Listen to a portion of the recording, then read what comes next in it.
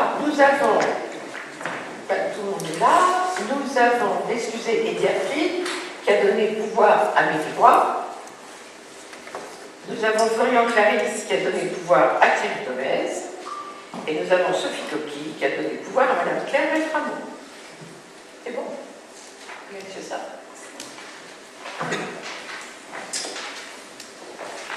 Secrétaire de séance, on continue, c'est M. Alain Bourdeau.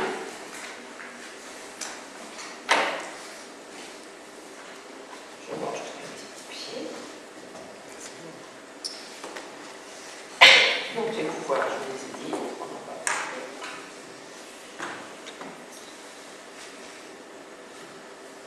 Alors là, il n'y a pas de vote. Décision prise dans le cadre de l'article L2122-22. C'est tout ce qu'a fait Madame le maire. Rejet des décisions prises par Madame le maire de la commune de Ferrières, conformément à la délibération municipale en date du 23 mai 2020, décidant de l'application des articles L2122-22 et L2122-23 du Code général des collectivités territoriales. Date le 23-06-2020, cas de colombarium, 1000 €. 19-07-2022, concession cimetière, durée 30 ans, 550 €. 26-07-2022, concession cimetière, durée 30 ans, 550. 8-9-2022, transfert du système de vidéosurveillance, 70 770. 8-9-2022, vente de véhicules Renault Kangoo, 200 €. 8-9-2022, fixation des tarifs de spectacle organisés par la commune, 10 € et 5 €. Alors, on va approuver le procès verbal du 1er juillet.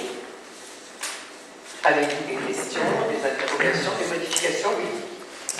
Oui, alors c'est pas une modification, c'est une précision pour nos concitoyens parce qu'on a fait toutes les deux une erreur. Vous dites à un moment que les associations ont un commissaire aux comptes, ce à quoi j'acquiesce. Je voulais préciser que les associations n'ont un commissaire aux comptes que dans certaines conditions, et notamment de subventions supérieures, je crois, à 153 000 €, ce qui n'est évidemment pas le cas de nos associations, donc, qui sont gérées essentiellement par nos trésoriers bénévoles d'associations. Voilà.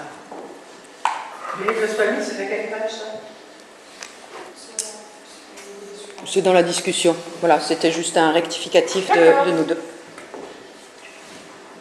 Oui, il y a juste un petit rectificatif sur le nombre de pouvoirs sur la première page. On avait mis 3 pouvoirs alors que c'est 4. Donc on va le modifier. À part ça, aucune modification, aucune interrogation. Personne ne s'abstient, personne n'est contre. Merci. Alors, modification de la délibération 05-06-2020-2 en date du 5 juin 2020 relative à la composition des commissions municipales. Suite à la démission de M. Isner en date du mois de novembre 2021, il est nécessaire de modifier la délibération portant désignation des membres des commissions municipales. Il est proposé au conseil municipal de modifier la délibération pour que Mme Sophie Coquille intègre les commissions suivantes en remplacement de M. Isner. Donc, commission travaux bâtiments, voiries réseaux divers, DESM,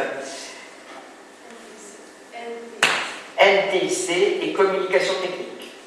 Après, commission sécurité, biens et des personnes, circulation, transport. Personne ne s'abstient, personne n'est contre. Merci pour elle. Modification des statuts de la communauté de communes. Lors du bureau communautaire du lundi 30 mai 2022, un échange a eu lieu sur l'ajout de compétences supplémentaires définies librement au statut de Marne-des-Gondoires. Ces compétences sont les suivantes. Le sport de haut niveau, l'octroi de subventions aux clubs situés sur le territoire de Marne-des-Gondoires évoluant à haut niveau, au sens ministériel pour le haut niveau individuel, et au meilleur niveau national de la discipline pour le haut niveau par équipe. Participation financière aux missions locales bénéficiant aux communes du territoire de Marne-des-Gondoires, conduite d'études dans le cadre de la mise en œuvre de politiques contractuelles avec les partenaires CAF, Pôle emploi, etc.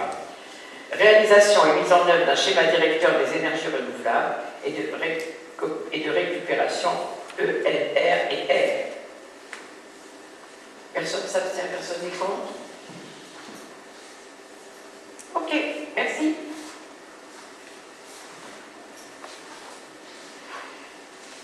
Définition du taux de reversement de la taxe d'aménagement entre la CMG et ses communes membres. Vous savez que jusqu'à maintenant, on gardait toutes nos taxes d'aménagement. Il y a un nouveau texte qui est sorti il y a peu de temps et on doit effectivement maintenant voter un taux.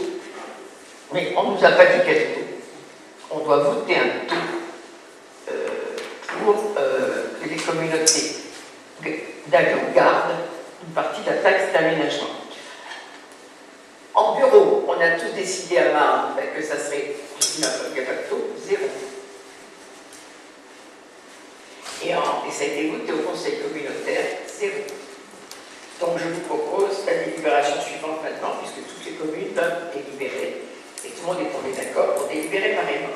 La taxe d'aménagement concerne les opérations de construction, reconstruction et agrandissement d'un bâtiment et des installations ou aménagements de toute nature, nécessitant l'obtention d'une des autorisations d'urbanisme suivantes, permis de construire, permis d'aménager, autorisation préalable. La taxe d'aménagement est due pour toute création de surface de plancher close et ouverte dont la superficie est supérieure à 5 mètres carrés et d'une hauteur de plafond supérieure ou égale à 1,80 m, y compris les combles et les caves.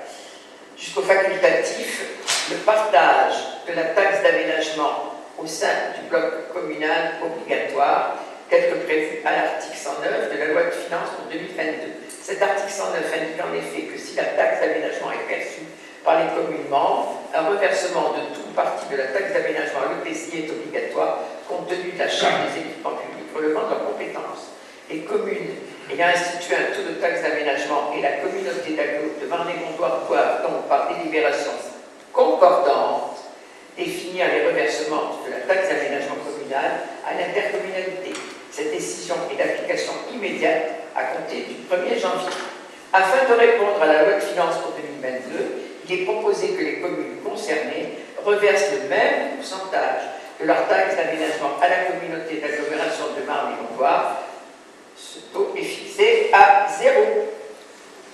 Donc on adopte le principe de reversement de 0 et vous m'autorisez à signer toutes les pièces. Est-ce que quelqu'un s'abstient? Quelqu'un est contre? Merci. Si vous voulez mon avis, elle sera rejetée. J'en prendrai une. Objet, modification de la délibération numéro 122-2017 du 21 décembre 2017 relative à la convention de groupement de commande avec la communauté d'agglomération de Marne-et-Gondoire. Il est nécessaire de modifier la délibération numéro 122-2017 en date du 21 décembre 2017 relative à la convention de groupement de commande avec la communauté d'agglomération de Marne. Il est proposé au Conseil de modifier la délibération numéro 122-2017 de la manière suivante. Rajout de groupement de commande suivant. Maintenance et dépannage des équipements de sécurité contre les risques d'incendie. Fourniture de carburant par carte. Fourniture de papeterie. Impression et façonnage de documents de communication. Location de cars avec chauffeur. Fourniture et pose de maintenance de matériel de vidéoprotection. Et rajout de membres suivants sous réserve de l'adhésion de chaque collectivité en fonction de chaque marché, le CIVOM le conjugalement. Vous avez des questions, des interrogations? Personne s'abstient, personne n'est contre. Merci beaucoup. Monsieur Delporte, à vous. Bonsoir à toutes et à tous. Donc, l'objet de la délibération suivante, c'est l'adhésion du nouveau groupement de commande d'énergie pour la période 2024-2027. Donc, les marchés coordonnés par le SDES dans le cadre du plan d'achat d'énergie arrivent à échéance pour le gaz en 2023, fin décembre 2023, et pour l'électricité en 2024. Vu le contexte, le syndicat se propose de se remettre en veille pour à la fois le gaz et l'électricité rapidement, c'est-à-dire avant la fin de l'année, pour bloquer de manière groupée, en gros, pour un peu moins de 300 communes, l'achat de gaz et d'électricité. Donc l'objet de la libération, c'est de s'inscrire dans cette logique de groupement en commande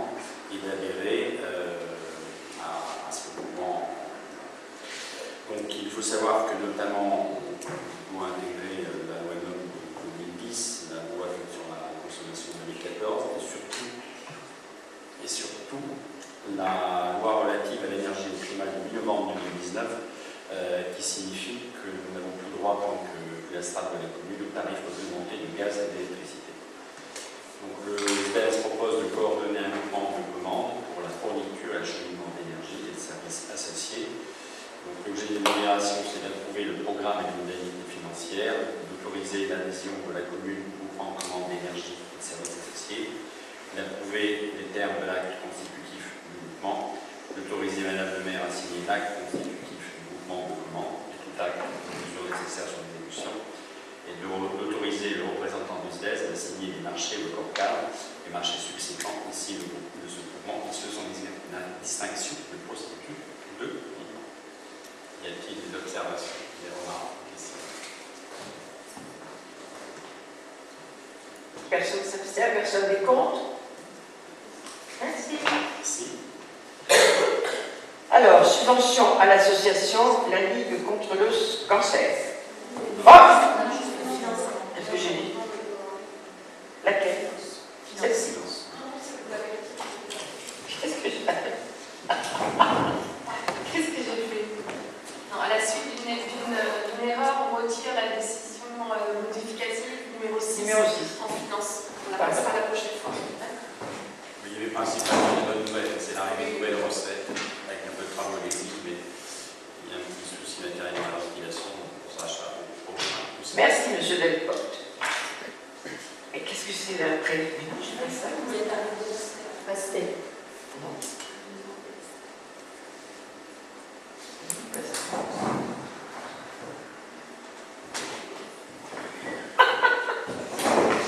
C'est parce que c'est la journée du sourire. J'ai pas envie de sourire. Les ateliers de pastel organisés par la commune sont maintenus. Pour l'année 2022-2023, une artiste professionnelle est présente pour encadrer ces ateliers. On propose de maintenir les tarifs annuels à cet atelier, à savoir qu'ils s'échelonnent de 15 à 20 euros pour les enfants adultes, et après il y a tout un tarif pour 2 heures, ça va de 25 jusqu'à 200. Parce qu'après il y a des choses pour adultes en perfectionnement, en initiation, 75, en enfants à partir de 9 à 13 ans, voilà. Donc voilà. Vous avez des questions? Personne ne s'abstient, personne n'est contre. Merci pour eux. Ils font de très belles choses. Hein. Subvention à l'association de la Ligue contre le cancer, c'est ça? Ça suit bien, là. Lors du vote budget primitif, le conseil municipal a décidé le principe d'un volume de subvention, 65 000 € alloués aux différentes associations. Donc, on a discuté le 23 juin 2022, parce qu'on a des demandes qui arrivent tout au cours. La demande est mise par l'association La Ligue contre le cancer, et on a décidé de leur attribuer 500 € de subvention pour l'année 2022. Avez-vous des questions? Personne ne s'abstient, personne n'est contre. Merci pour eux. Alors, subvention exceptionnelle pour les 50 ans du judo. Vous savez que chaque fois qu'il y a des manifestations exceptionnelles, selon ce qu'ils font bien sûr, bon là quand même c'est une association qui a 50 ans, donc ils nous ont écrit pour nous demander une subvention exceptionnelle de 1 200 € à l'occasion des 50 ans du club. Voilà, donc comme on a des sous qui restent sur le volume qui avait été alloué, on va attribuer la somme de 1 200 € à l'association du judo. Je vous rappelle que tout ça c'est demain. Question, personne ne s'abstient, personne n'est contre. Merci pour le judo. Modification du tableau des emplois. Conformément à l'article 313-1 du Code général de la fonction publique suscité, les emplois de chaque collectivité sont créés par l'organe délibérant de la collectivité. Aussi, afin de permettre la nomination d'un agent suite à l'inscription sur la liste d'aptitudes après promotion interne et de mettre en œuvre l'activité cours pastel, il est proposé que le tableau des emplois soit ainsi modifié. Agent de maîtrise passe de 2 à 3, soit une différence plus 1. Animateur principal de première classe à temps non complet passe de 0 à 1, soit une différence de plus 1. Vous êtes d'accord? Personne ne s'abstient, personne n'est contre. Merci. Vous savez qu'il va y avoir un recensement au début de l'année prochaine. Donc, le recensement de la population aura lieu sur la commune du 13 19 janvier 2023 au 18 février 2023. Il est nécessaire de créer 2 postes de coordonnateurs communaux et 20 postes d'agents recenseurs. Afin de pouvoir mettre en œuvre le recensement à la population pendant cette période, il est nécessaire de prévoir la rémunération des agents recenseurs qui devront intervenir sur la commune. La rémunération de l'agent recenseur sera versée au terme des opérations de recensement et au prorata du travail effectué comme suit. Bulletin individuel collecté dans la commune, 1,71 €. Feuille de logement collectée dans la commune, 1,04 €. Dossier d'immeuble collectif collecté dans la commune, 0,62 €. Bordereau de district rempli par la commune, 6,21 €. Séance de formation, 31,05 €. Relevé complet des immeubles dont il a la charge, 25,88 €. Fiche de logement non enquêtée, 0,62 €.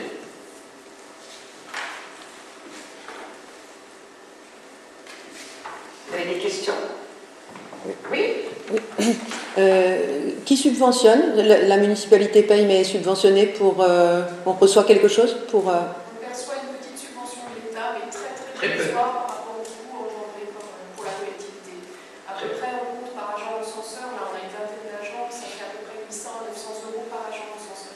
Pour la commune, le coût pour la commune. C'est la commune qui paye, mais une toute petite subvention. Après, ce que nous dit l'État, c'est que en fonction du nombre d'habitants, on aura des dotations supérieures. Voilà, donc on ne peut pas se plaindre. Personne n'est contre? Merci. Création d'une activité accessoire, service urbanisme. Une réforme du conseil municipal de la nécessité de créer une activité accessoire d'assistante urbanisme suite à un congé de maternité de l'agent actuellement en poste. Pour assurer le fonctionnement du service, la commune envisage de faire appel à un fonctionnaire du service urbanisme de la communauté d'agglomération de Marne et Gondouar.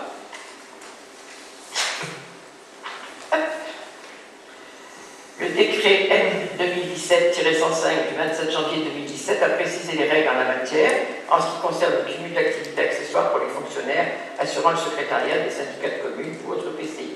D'une manière générale, le dispositif des textes résultant du dernier alinéa 1 de l'article 25 de la loi 83-632 du 13 juillet 83 et de l'article 1er du décret visé ci-dessus ouvre la possibilité aux agents publics de cumuler des activités accessoires à leur activité principale auprès d'une personne ou d'un organisme public ou privé à condition d'y être autorisé et de ne pas porter atteinte en exerçant cette activité au fonctionnement normal et à l'indépendance, à la neutralité du service. Donc on a décidé de recourir au service d'un agent public qui assurera, en sus de son activité principale, des fonctions d'assistant d'urbanisme dans la limite de 15% d'un temps complet.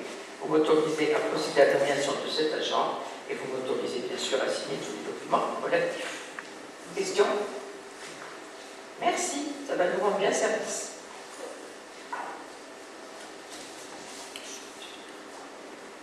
Alors, le centre de loisirs a voulu un peu évoluer parce qu'ils ont de plus en plus, enfin il n'y en a pas à foule, il y en a bien plus d'une bonne dizaine, qui ne prennent pas les enfants de Chutéo, qui les mettent quand ils ne sont pas inscrits, enfin c'est un mix complet. Donc ils ont présenté des pénalités pour défaut ou annulation d'inscription. Donc je vous informe de la nécessité de modifier le règlement intérieur du service périscolaire suite aux nombreux défauts d'inscription et d'annulation constatés. Ces derniers créent de la désorganisation dans le service et provoquent des commandes qui créent des surcoûts pour la collectivité, goûter au repas non consommé. Des fois, ils ont mis les enfants, c'était pas prévu, des fois, ils ne les mettent pas, ou alors des fois, ils ne viennent pas les chercher, c'est des fois une demi-heure, 3-4 heures, ça force les gens. Donc, on va présenter des pénalités. Afin d'inciter les usagers à réserver et à annuler les services dans les délais prévus par le règlement, je vous propose d'adopter la grille de pénalités suivantes. Retard après 19 heures, service facturé pour 10 € par demi-heure de retard. Défaut d'inscription, enfant présent sans inscription, service facturé plus 5 € pour les accueils périscolaires, restauration scolaire et soir. Service facturé plus 10 € pour une journée au centre de loisirs. Il y en a qui mettent carrément toute la journée qui n'ont pas inscrit. Service facturé plus 5 € pour une demi-journée. Inscription hors délai. Service facturé plus 2,50 € pour les accueils périscolaires, restauration scolaire et soir. Service facturé plus 5 € pour une journée au centre de loisirs. Service facturé plus 2,50 € pour une demi-journée au centre de loisirs. Annulation hors délai, service facturé. Pas de pénalité si annulation 24 heures ouvrée avant le début du service. Plus 2,05 € par service annulé.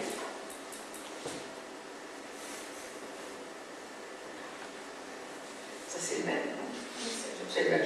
Je peux vous dire 2 fois. Personne ne s'abstient, personne n'est contre. Merci. La salle des jeunes, elle fonctionne très bien. La salle des Je jeunes. voulais juste poser une question. Vous parlez des tarifs. Pardon. Je voulais juste poser une question. C'est les pénalités dès la première absence, enfin, dès le premier cas où il y a un laps, genre on accepte 2, 3 et après. Ah non, on accepte plus de 3. Hein? Non, non. On a accepté de 3, après c'est 4, 5. Oui, mais Ah, mais dès que ça va être mis en place, là. ça veut dire que si la personne elle est en retard, elle appelle, elle est en retard son Non, travail. c'est pas pareil quand tu appelles que quand tu n'appelles pas et qu'il arrive 3 quarts d'heure après. Tu peux toujours Il y a un être en défaut. retard, là n'est pas le problème. Mais dis-toi bien que c'est jusqu'à 19h, il y en a 20h. Oui, mais Ça c'est du reste. je parle du défaut d'inscription. Je veux dire, la personne, elle a un retard, elle a un problème au travail, elle ne peut pas venir chercher le petit à 16 Elle heures. peut prévenir, non? Oui, mais si elle prévient mal. Ah si, elle a qu'à prévenir, mais non, ça n'existe pas, ça. Avoir un Tu peux problème pas, au tu travail, peux pas, si, tu peux c'est pareil. pas gérer ça. Moi, je me mets à leur place. Hein. Il me téléphone, on attend, il faut qu'ils rentrent chez eux quand même. On est bien gentils, hein. Tu sais que la loi, c'est pas du tout ça, hein. Si tu n'arrives pas et que tu ne prends pas ton enfant, c'est le commissariat de police. Je parle entre 16h30 et les 19h. La personne, elle n'arrive pas, elle ne peut pas venir à 16h30. Entre 16h et 19h, ça ne s'applique pas plus. Non. Sans justificatif valable. Ok, sans justificatif. Si on fournit un justificatif de son employeur disant qu'elle a été retenue pour une raison ou une autre, bien sûr qu'on n'appliquera pas la pénalité. Sans justificatif valable. Ok. Non, mais si tu as du temps un jour, je te ferai venir. Moi, ça me ferait plaisir d'ailleurs, certains, vous voyez comment ça se passe. Pour le personnel, c'est un vrai souci quand même. Alors, bien sûr qu'on ne veut pas amener les enfants au commissariat de police, mais il y en a qui exagèrent. C'est pas la majorité, mais il y a quand même des petits bonnes familles, les mêmes d'ailleurs, qui n'arrêtent pas à un moment donné. D'où ma question, est-ce que c'est le premier ou est-ce que, par exemple, quelqu'un à qui c'est jamais arrivé, ça arrive une fois? Mais tu comprends pas ce qu'on te dit. Si la personne explique et qu'elle justifie, oui, mais la plupart du temps, ils n'en ont rien à faire. Ils n'en ont rien à faire. C'est pas expliqué au départ. Ah non, si on arrive à ça, et si Patrick Château m'a demandé de faire ça, c'est vraiment... Parce que crois-moi, il tolère beaucoup. Si un jour il nous le dit, c'est que... Ma fille travaille au centre de loisirs, elle avait des choses de prévues. Si à 19h, elle était censée quitter et qu'elle était obligée de rester jusqu'à 19h30, c'était pas acceptable par rapport à ses contraintes à elle. Donc voilà. Oui, non mais c'est sûr. Respectons les gens. Pour qu'ils en arrivent là, ils sont venus nous en parler, c'est que je vous assure qu'il n'y a pas tout le monde, bien sûr. Mais je vous assure qu'il y a une dizaine de choses. C'est infernal. J'ai travaillé dans une commune, je parle des gens. Il y a une tolérance à ce niveau-là qu'il faut voir. Mais Alain Nécrin, on est quand même pas stupide, hein. C'est ça, les Si on te dit que c'est que voilà. Mais si un jour tu veux voir, c'est avec plaisir. Et tu te rendras compte qu'ils exagèrent. Alors d'abord, le service est vraiment très tolérant, il s'adapte énormément. D'ailleurs, il y a des familles qui ne pouvaient pas avoir le bus à Tarbes et à Neuve parce que le centre de loisirs ouvrait à 7h30. Ils ont accepté de recevoir avant, comme ça les familles peuvent prendre leur bus. A contrario, des fois, les veilles de Noël notamment, à 20h, les gens étaient encore là et j'étais avec eux. Donc je pense que là, ils te disent « Ah, ben je faisais mes courses. » Oui, mais le personnel aussi, c'est pour sa faire les fêtes à fêter avec leur famille. Je comprends très bien le problème de l'abus. C'est pas l'abus, je parlais. Ma question n'était pas par rapport à l'abus. Je sais très bien qu'il y a des gens qui abusent. Ma question, c'était par rapport aux gens, s'il y a une tolérance pour l'exceptionnel. On m'a dit oui. Mais on a très bien compris, hein. Mais dis-toi bien que quand on arrive à verbaliser, il y a eu beaucoup de tolérance avant. Alors, je vous rappelle que la CAF accompagne financièrement le fonctionnement de nos accueils de loisirs, extrascolaires et périscolaires. Le droit de la prestation de service LSH est consigné au respect de conditions cumulatives évoquées dans les circulaires nationales du NAF, qui exigent notamment que les tarifications pratiquées soient soit accessible à toutes les familles et modulé. Alors, jusqu'à maintenant, on a appliqué le même tarif. La CAF, s'il ne veut plus nous subventionner, si on n'applique pas un tarif en fonction des revenus, donc nous avons dû changer. Concernant la salle des jeunes, l'inscription annuelle est actuellement fixe. Il convient de délibérer sur une grille de tarifs modulée, c'est-à-dire que sous 12 999, ce sera 7 euros selon le revenu du ménage, de 13 000 à 19 000, 8 euros, de 20 000 à 27 000, 9 euros, de 28 000 à 36 000, 10 euros, de 37 000 à 53 000, 11 euros, de 54 000 à 71 000, 12 euros, supérieur à 70 000 et extérieur de Ferrières, 13 euros. Voilà, ils ont voulu que ce soit comme ça. Nous délibérons, il n'y a pas de questions. Personne ne s'abstient, personne n'est contre. Merci. Alors, on va arriver aux questions diverses. Monsieur Delporte va d'abord vous parler du SIAM. Madame Jean, ensuite, parlera des écoles de la CAF du CEMU. Isabelle nous parlera du changement de logo du CEPREL. Patricia Descroix du CPRH. Et Lorraine Gaurier de l'Office de tourisme. À vous, monsieur Delporte. Trois informations concernant le SIAM. La première, donc, le préfet, donc on a eu un mois de juillet très favorable.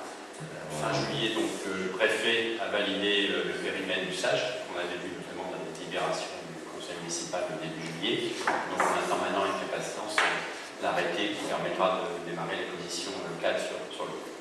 Deuxième point, dans le projet de production de gaz vert avance à gros pas.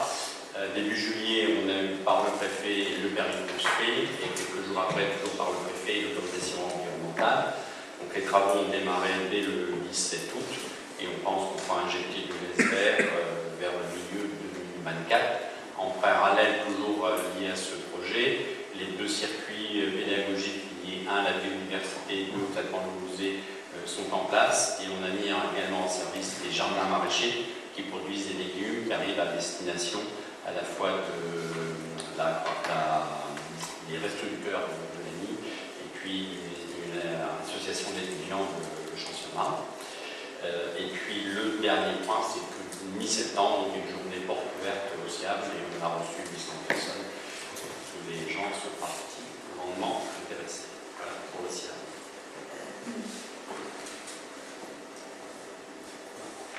Pas de question? Alors, Madame Jean, vous allez nous parler des écoles. Merci de me donner la parole. Donc, concernant le groupe scolaire, l'école maternelle est composée de 7 classes, sachant qu'il y a une absente par classe. Elle se décompose comme suit. Il y a 49 petites sections, 67 moyennes sections et 54 grandes sections, ce qui fait un total de maternelle de 170 élèves. Et en élémentaire, il y a une ouverture de classe, ce qui fait qu'il y a 10 classes qui se déposent comme suit. Alors en CP, 53 enfants, en CE 50, CE2 56, CM1 53, CM2 46, soit 258 enfants en élémentaire. Et la totalité de ce groupe scolaire a 428 enfants. Il faut savoir que la cantine est fréquentée à hauteur de 88 à 90%, ce qui fait à peu près 143 enfants de maternelle et 230 enfants en élémentaire. Alors aujourd'hui, il y a eu des élections des parents d'élèves, dont je vais vous donner les résultats.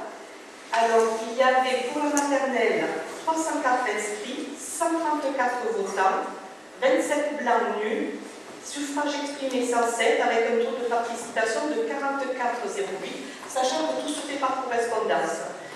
L'AIPE a donc 4 sièges et l'AAPE 3 sièges. Pour l'école élémentaire, il y a 450 inscrits, 192 votants, suffrage exprimé 178, sachant qu'il y a eu 27 blancs nuls, avec un taux de participation de 45,56. L'AIPE a 5 sièges, l'AAPE 5 sièges également. Vous avez des questions par rapport à ça? Donc, je vais vous parler de la formation territoriale globale. Alors, cela regroupe Bussy-Saint-Georges, Chantevoix-en-Brie, Conches-sur-Lonvois, Damas, Guermantes, Pontcarré, Saint-Thibaud-des-Vignes et Ferrières-en-Brie. Alors, cette convention territoriale globale s'appuie sur un diagnostic territorial partagé, mais ne modifie pas du tout la répartition des compétences des collectivités. Cette convention va remplacer les contrats enfance-jeunesse au fur et à mesure que ces derniers arriveront à terme, et elle a l'avantage d'être évolutive à créer d'autres thématiques, et elle permet surtout la pérennisation des financements de la caisse d'allocation familiale. 5 fiches actions ont été à l'heure actuelle rédigées avec un objectif stratégique pour chaque thématique. Alors la première fiche action, c'est la petite enfance, c'est développer et améliorer l'offre d'accueil petite enfance sur le territoire. L'enfance de 3 à 11 ans, c'est améliorer le parcours éducatif de tout enfant de cette tranche d'âge. La jeunesse 12-25 ans, c'est construire ou diversifier l'offre jeunesse, adaptée des 12-16 ans et des 16-25 ans. La parentalité, animation et vie sociale, c'est développer des actions favorisant l'information, l'accompagnement et les échanges entre les différents publics, familles, jeunes, seniors. L'accès aux droits, précarité, inclusion numérique, c'est contribuer à l'accès aux droits en favorisant l'accès à l'outil numérique et à son utilisation. La dernière fiche qui a été travaillée, c'est sur le logement, avec l'objectif stratégique qui doit tenir compte des spécificités de notre territoire. Vous avez des questions par rapport à cette thématique? Maintenant, au CMU. Alors, certaines routes ne sont toujours pas réalisées et les explications communiquées lors du dernier conseil municipal sont toujours d'actualité, à savoir la pénurie de conducteurs, puisqu'il y a une baisse de l'entrée de ce métier liée aux conditions de travail jugées difficiles, horaires décalés, travail le week-end, service en 2 fois sous des amplitudes horaires significatives, le contexte post-Covid qui a donné la priorité à la vie personnelle et des installations en province, et le coût des trajets domicile-travail, puisque les gens recherchent la proximité de leur domicile pour se rendre à leur travail. Toutefois, il est à préciser que les courses à vocation scolaire ont été privilégiées. Donc, le CMU, syndicat intercommunal d'études et des mobilités urbaines, a toujours alerté l'opérateur du réseau Transdev Nord de la Vallée, ainsi que la région, afin que ces problèmes puissent se résorber le plus rapidement possible. Donc, Transdev a fait une campagne de recrutement, Pôle emploi a également été sollicité. Et à l'heure actuelle, Transdev Nord de la Vallée a financé 33 permis de conduire D, dont le coût est d'environ 5 000 €. Et il faut savoir que la formation d'un chauffeur dure 3 à 4 mois. Vous avez des questions? Isabelle? Bonsoir à tous. Pas de nouveauté par rapport au CITREM, puisqu'il n'y a pas eu de comité syndical, le prochain comité syndical étant le 18 octobre. Juste une information, c'est que le 3 octobre, le CITREM a changé de logo. Le précédent logo a été créé il y a plus de 20 ans, et donc le syndicat souhaitait moderniser le logo leur logo en utilisant donc des typographies aux formes un peu plus arrondies. Alors les couleurs utilisées, la feuille et le cercle vertueux, sont en adéquation avec le message. C'est ça, à la feuille, là, je n'avais pas compris. Oui, c'est un symbole de l'environnement.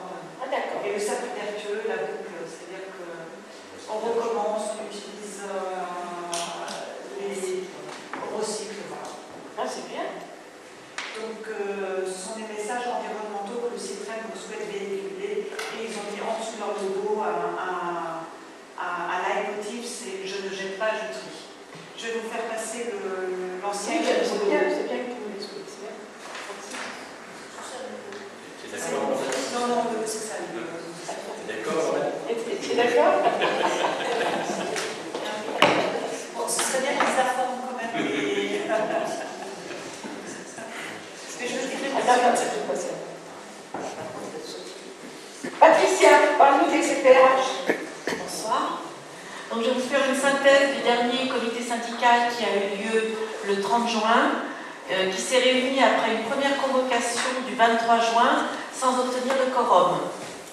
Donc, étaient présents simplement 26 personnes sur 68, étaient excusées 24 personnes, 18 procurations et absents non excusés, comme à chaque fois, 18 personnes. Donc, il y avait l'approbation du rapport d'activité 2021, le Code général des collectivités territoriales, notamment l'article L5211-39, stipule que toute structure intercommunale doit adresser chaque année au maire de chaque commune membre un rapport retraçant l'activité de l'établissement accompagné du compte administratif arrêté par l'organe délibérant. Celui-ci est disponible sur le site du S6 CPRH si vous souhaitez le consulter et donc autorise Monsieur le Président à le transmettre à chaque commune membre. Il y a eu 44 votants avec 30 pour, 2 contre et 12 abstentions. Il y a eu également une décision modificative en finance concernant les dépenses imprévues en fonctionnement de 2022. Il convient de modifier le montant pour être en conformité des 7,5% des dépenses réelles. Le montant affecté était supérieur aux 7,5% d'environ 7 000 €. Le Trésor public demande de réaffecter les 7 000 € en trop. Il a été proposé de transférer la différence des dépenses imprévues vers le chapitre 12, charges de personnel et assimilées, en vue de l'augmentation de charges de personnel réglementaires. Donc, votant toujours 44, pour 38, contre 5 et une abstention. Ensuite, il y a eu la création d'un poste permanent dans le cadre du recrutement de Chloé, qui était en formation alternance depuis 2 ans au syndicat. Il convient de créer un emploi permanent d'adjoint administratif et financier à temps complet à partir du 1er juillet, conformément au Code général de la fonction publique et notamment ses articles L313-1 et L332-8. Le recrutement était bien prévu au budget prévisionnel de 2022. Donc toujours sur 44 votants, 29 pour, 14 contre et une abstention. En point divers, il a été vu une décision du président qui était l'avenant numéro 1 d'un marché d'un montant de 3 225 € pour la mise en conformité des allées PMR sur un budget total de 75 214 €. Suite à la mise en place de la rampe d'accès de l'horticulture de l'ESAT, il a fallu créer une fondation supplémentaire suite à la découverte d'un tuyau des évacuations d'eau pluviale qu'il a fallu dévoyer pour pouvoir mettre la fondation. Donc ces travaux avaient débuté au mois de mai 2022 et ils se sont terminés courant juillet.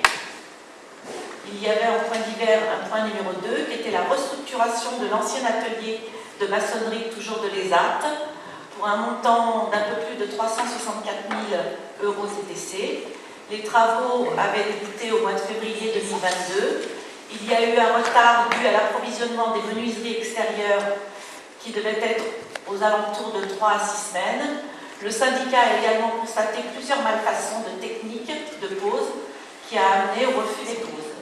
Les travaux se sont terminés courant juillet. Depuis ce comité, quelques news. Il y a l'augmentation du taux d'intérêt de l'emprunt du crédit agricole de 2,13% à 3,13%. C'est un emprunt qui est lié au taux du livret A. Donc, quand le livret A augmente, le taux augmente. En espérant qu'il se passe la même chose dans l'autre sens. Les travaux de menuiserie extérieure du SABS se sont terminés au prix du marché, soit 68 400 €. Quasiment l'ensemble des travaux prévus au budget sont réalisés ou engagés. Et nous menons également une réflexion sur la renégociation des baux auprès de l'AG du CPRH qui arrive à terme au 31 mars 2023. Et le prochain comité syndical se tiendra courant décembre. Avez-vous des questions? Merci de votre attention. Merci. Lorraine. Merci. Alors, la ville de Ferrières, en tant que membre du conseil d'administration de l'Office de tourisme, est souvent invitée sur des événements qui sont organisés sur le territoire, où participent entre autres le Moulin Russon et la Maison de la Nature.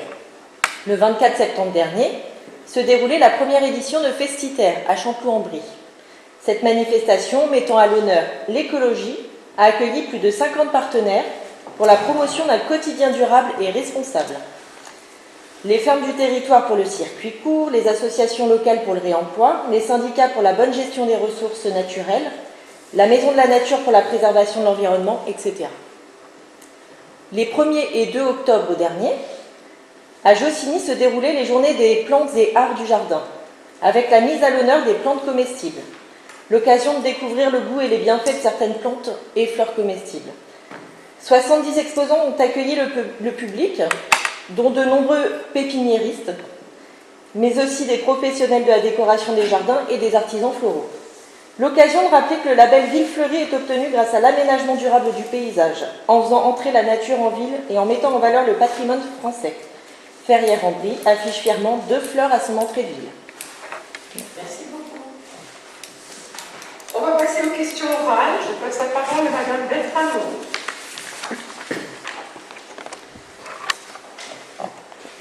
Alors, première question, pouvez-vous mettre sur le site internet de la municipalité l'ensemble des procès-verbaux des différents conseils municipaux depuis le début de votre nouveau mandat? Seuls les comptes rendus sont disponibles pour l'année 2020 ainsi que pour mai 2022.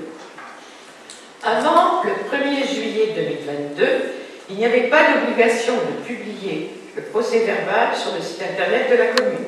L'ordonnance numéro 2021-1310 du 7 octobre 2021, dont les dispositions sont en vigueur le 1er juillet, précise le contenu et les modalités de publicité et de conservation du procès-verbal.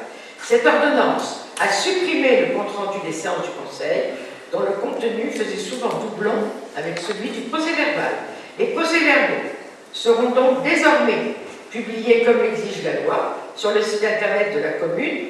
Néanmoins, je vous rappelle, attention, ils doivent au préalable être validés lors du conseil municipal suivant. Deuxième question. Je ne fais pas de commentaire donc. Sur le programme de votre équipe, il est noté dans le paragraphe « Transformer notre village », favoriser l'éclairage autonome des équipements publics.